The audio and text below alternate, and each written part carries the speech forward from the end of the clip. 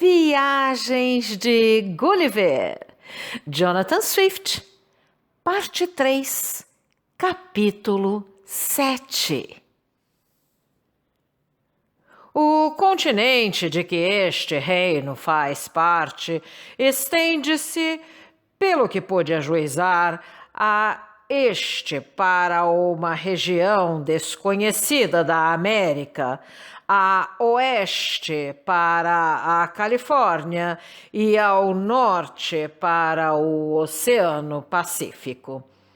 Não fica a mais de 1.050 léguas de lagado. Este país, que tem um porto célebre e grande comércio com a ilha de Logneg, fica situado a noroeste, quase a 20 graus de latitude setentrional e a 140 de longitude. A ilha de Logneg fica ao sudoeste do Japão, de que está afastada cerca de 100 léguas. Há uma estreita aliança entre o imperador do Japão e o rei de Logneg, o que dá vários ensejos de ir de um a outro. Por tal motivo, resolvi tomar este caminho para voltar à Europa. Aluguei 2 mulas com um guia para levar a minha bagagem e indicar-me o caminho. Despedi-me do meu ilustre protetor, que tanta bondade me demonstrara, e ao partir recebi dele um magnífico presente. Durante a minha viagem, não se deu aventura alguma que mereça ser relatada. Quando cheguei ao porto de Maldonada, que é uma cidade quase do tamanho de Portsmouth, não havia navio algum no porto pronto a partir para Logneg. Travei alguns conhecimentos. Um fidalgo distinto disse-me que, em vista de não haver navio algum para Logneg, senão daí a um mês, faria bem em dar um passeio até Glubbdubdrib, que ficava apenas a umas 5 léguas para sudoeste. Ele mesmo ofereceu-se para me acompanhar com alguns amigos seus e forneceu-me um barco.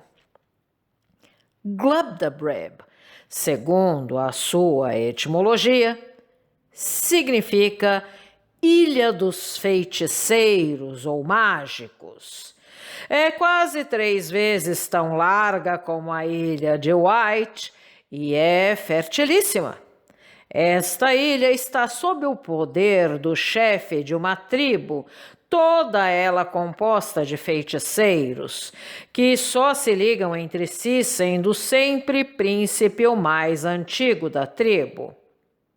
Este príncipe ou governador possui um palácio magnífico e um parque com perto de 3.000 acres, cercados de um muro de pedras talhadas de 20 pés de altura. Ele e toda a família são servidos por criados de uma espécie muito extraordinária. Pelo conhecimento que possui de necromancia, tem o poder de evocar os espíritos e obrigá-los a servi-lo durante 24 horas. Quando abordamos a ilha, deviam ser umas 11 horas da manhã. Um dos 2 fidalgos que me acompanhavam foi ter com o governador e disse que um estrangeiro desejava ter a honra de cumprimentar Sua Alteza. Este cumprimento foi bem acolhido. Entramos no átrio do palácio e passamos por entre uma sebe de guardas, cujas armas e atitudes deveras me assustaram. Atravessamos as salas e encontramos uma infinidade de criados antes de que conseguíssemos chegar aos aposentos do governador. depois de havermos feito 3 profundas reverências, mandou que nos sentássemos em pequenos tamboretes que ficavam junto do trono. Como compreendia a língua dos baunibarbos, dirigiu-me algumas perguntas acerca das minhas viagens e, para me provar que queria tratar-me sem cerimônia, fez sinal com o dedo a toda a sua gente para que se retirasse. E, num instante, o que me admirou muito, todos desapareceram como fumo. Mal tive tempo para me refazer.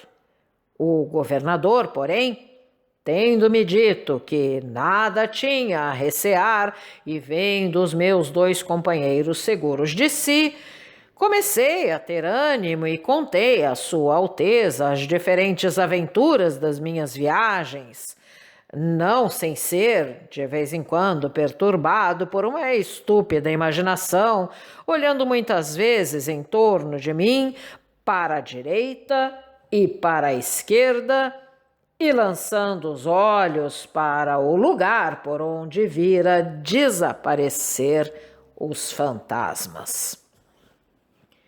Tive a honra de jantar com o governador, que nos fez servir por um novo grupo de espectros.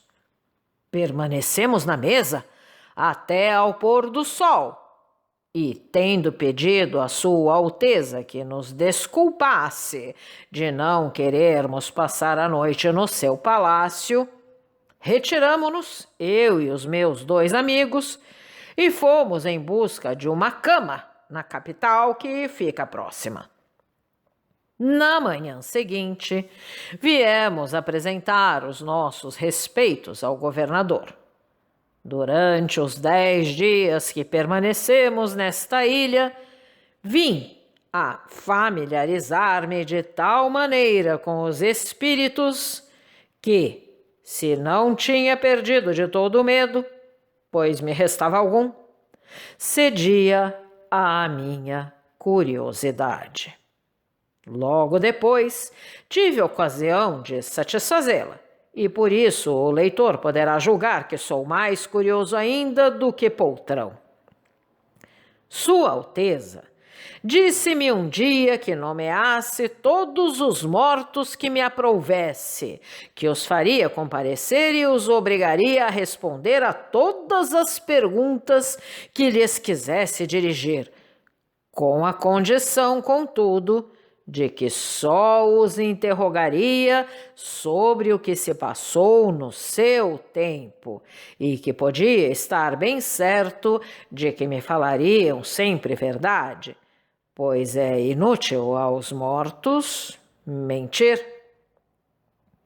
Rendi humildes ações de graças à Sua Alteza, e, para me aproveitar dos seus oferecimentos, pus-me a recordar o que em outros tempos lera na história romana. Primeiro, acudiu-me ao espírito a ideia de pedir para ver a famosa Lucrécia, que Tarquínio violou, e que, não podendo sobreviver a essa afronta, se suicidara. Logo vi diante de mim uma dama muito formosa, vestida à romana. Tomei a liberdade de perguntar-lhe por que vingara em si própria o crime de outrem. Baixou os olhos e respondeu que os historiadores, com receio de a darem por fraca, a haviam enlouquecido. Em seguida, desapareceu. O governador fez sinal para que aparecessem César e Bruto. Fiquei atônito de admiração e de respeito à vista de Bruto, e César confessou-me que todas as suas belas ações tinham ficado abaixo das de Bruto, que lhe tirara a vida para livrar Roma da sua tirania. Tive vontade de ver Homero. Apareceu-me, conversei com ele e perguntei-lhe o que pensava acerca da sua Ilíada. Declarou-me que ficara surpreendido com os excessivos louvores que lhe teciam havia 3.000 anos, que o seu poema era medíocre e eivado de tolices, que não tinha agradado no seu tempo senão por causa da beleza da sua dicção e da harmonia dos seus versos, e que ficara assombrado porque, visto a sua língua estar morta e ninguém lhe conhecer as belezas, o espírito e as finuras, achava ainda pessoas ocas ou muito estúpidas que o admiravam. Sófocles e Eurípides, que o acompanhavam, tiveram pouco mais ou menos a mesma opinião e troçaram principalmente dos nossos sábios modernos, que, obrigados a reconhecer os disparates das antigas tragédias, quando eram fielmente traduzidas, sustentavam, no entanto, que em grego é que se encontravam as belezas e era preciso saber esse idioma para julgar com segurança. Quis ver Aristóteles e Descartes. O primeiro confessou-me que nada ouvira de física senão aos filósofos seus contemporâneos, e todos aqueles que tinham vivido entre eles e Descartes. Acrescentou que tomara por bom caminho, ainda que fosse muitas vezes enganado, principalmente pelo seu extravagante sistema com respeito à alma dos animais. Descartes tomou a palavra e disse que tinha encontrado alguma coisa e soubera estabelecer muitos bons princípios, porém que não tinha ido muito longe e que todos aqueles que doravante quisessem percorrer o mesmo trilho seriam sempre retidos pela fraqueza do seu espírito e obrigados a tatear. Que era uma grande loucura passar a vida a procurar sistemas e que a verdadeira física, conveniente e útil ao homem, era fazer um amontoado de experiências e de se limitar a isso, que tivera por discípulos muitos insensatos, entre os quais se podia contar um certo Spinoza. Tive a curiosidade de ver diversos mortos ilustres dos últimos tempos, e, sobretudo, mortos distintos, porque senti sempre grande veneração pela nobreza. Oh, quantas coisas espantosas não vi quando o governador fez passar revista diante de mim a todo o cortejo de antepassados da maior parte dos nossos marqueses, condes, fidalgos modernos. Quanto prazer não senti em ver a sua origem e todos os personagens que lhes transmitiram o seu sangue. Vi claramente o motivo por que certas famílias têm o nariz comprido, outras o queixo pontiagudo, outras o rosto abaçanado e as feições horríveis, e ainda porque outras têm belos olhos e a tez delicada e loura. Porque é que em certas famílias há muitos doidos e estouvados, e em outras muitos velhacos e gatunos. Porque a índole de umas é má, brutal, baixa e covarde, o que as distingue tanto como os brasões e as librés.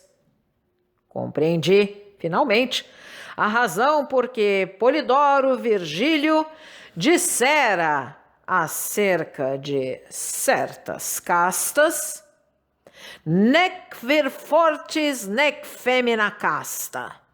O que me pareceu mais notável foi ver os que, tendo trazido originariamente o mal imundo a certas famílias, tinham feito esse triste legado a toda a sua posteridade. Fiquei ainda surpreendido em notar na genealogia de certos fidalgos, pajens, lacaios, professores de dança e de canto, etc. Conheci claramente a razão por que os historiadores transformaram guerreiros imbecis e covardes em grandes capitães, insensatos e pequenos gênios em grandes políticos, bajuladores e cortesãos em pessoas de bem, ateus em homens cheios de religião, infames devassos em castos, e delatores de profissão em homens verdadeiros e sinceros. Soube de que modo pessoas inocentíssimas tinham sido condenadas à morte ou banidas da sociedade pela intriga dos favoritos que haviam corrompido os juízes. Como sucedera que homens de baixa extração e sem merecimento haviam sido guindados aos mais elevados cargos. Como os alcoviteiros e as rameiras tinham muitas vezes abalado os mais importantes negócios e ocasionado no universo os maiores acontecimentos. Como então fiz uma baixa ideia da humanidade? Como a prudência e a probidade dos homens me pareceram tão mesquinhas ao ver a origem de todas as revoluções, o vergonhoso motivo das mais brilhantes empresas, as molas, ou antes, os acidentes imprevistos e bagatelas que os tinham feito vencer. Descobri a ignorância e a temeridade dos nossos historiadores, que fizeram morrer envenenados certos reis, que ousaram dar a público conversas secretas de um príncipe com o seu primeiro-ministro e que tem, segundo se imagina, espionado, para assim dizer, os gabinetes dos soberanos e as secretárias dos embaixadores, para extrair daí curiosas anedotas. Foi por isso que soube as causas secretas de alguns acontecimentos que assombravam o mundo, como uma rameira governara um confidente, um conselho secreto, e o conselho secreto todo um parlamento. Um general do exército confessou-me que conseguira uma vitória pelo seu feitio poltrão e pela sua imprudência. E um almirante disse-me que tinha derrotado contra sua vontade uma esquadra inimiga quando seu desejo era deixar derrotar a sua. Houve 3 reis que me declararam que, no seu reinado, nunca tinham recompensado nem elevado nenhum homem de merecimento, salvo uma vez em que o seu ministro o enganou, enganando-se a si próprio sobre este assunto. Que nisto haviam tido razão, porque a virtude era uma coisa muito incômoda na corte. Tive a curiosidade de me informar por que meios um grande número de pessoas havia conseguido elevadas fortunas.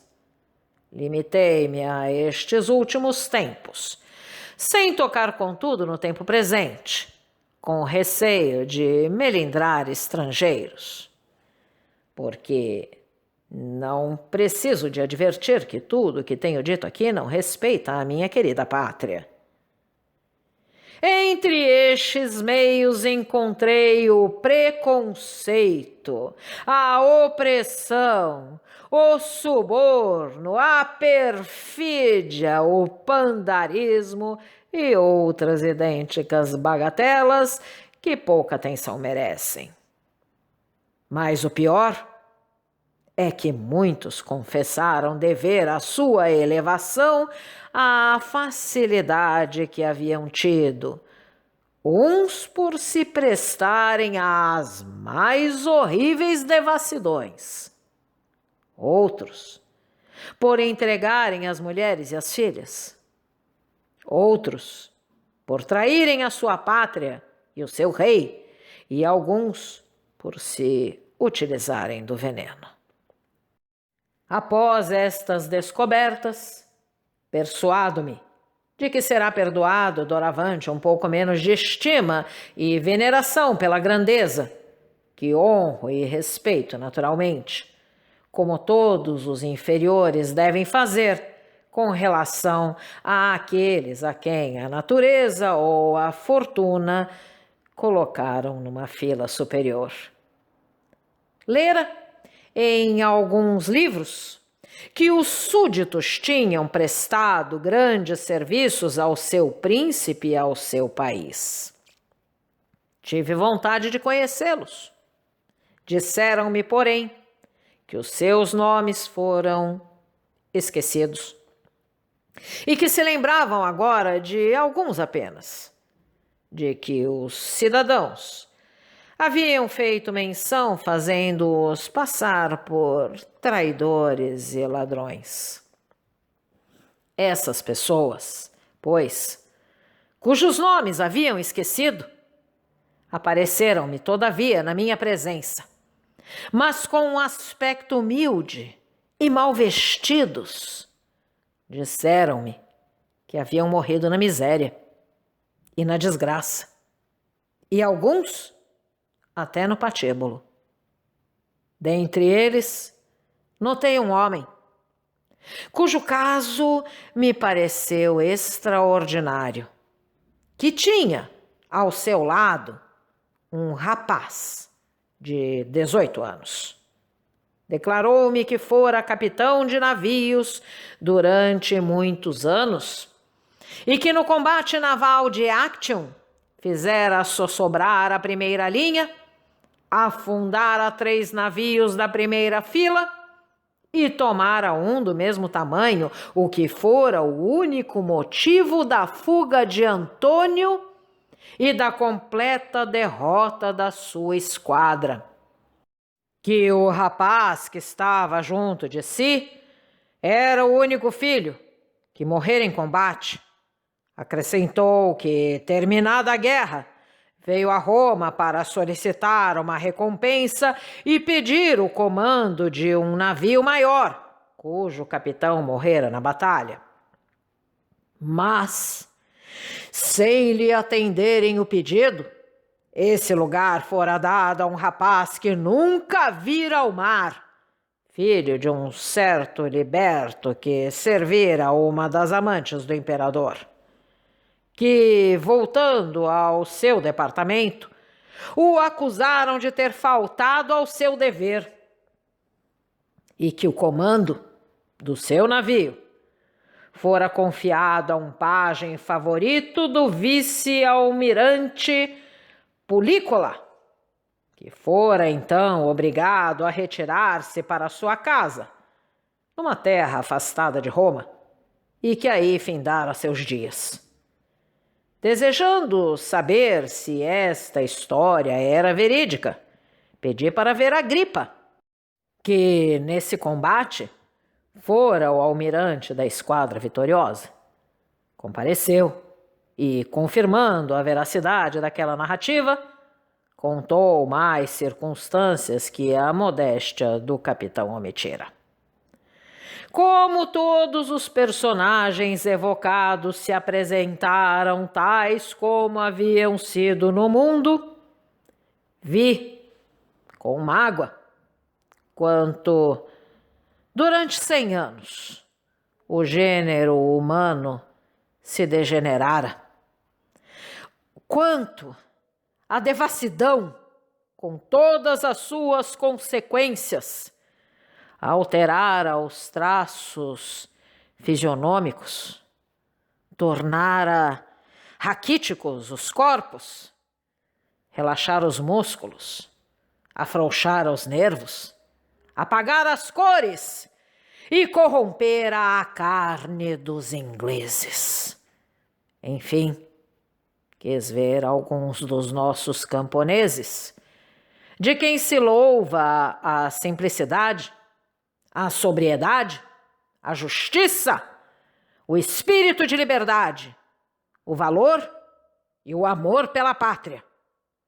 Vi-os e não pude deixar de os comparar com os de hoje, que vendem à custa do dinheiro os seus votos na eleição dos deputados ao parlamento e que, sob este ponto de vista, possuem toda a finura e todo o manejo das pessoas da corte. Obrigada pela audiência. Se você gostou deste áudio, por favor, deixe seu like, compartilhe, deixe também seus comentários. E não esqueça de se inscrever no canal e ativar o sininho. Assim, toda vez que nós colocarmos um novo vídeo, você será avisado. Não deixe a leitura para depois. Um grande abraço e até a próxima!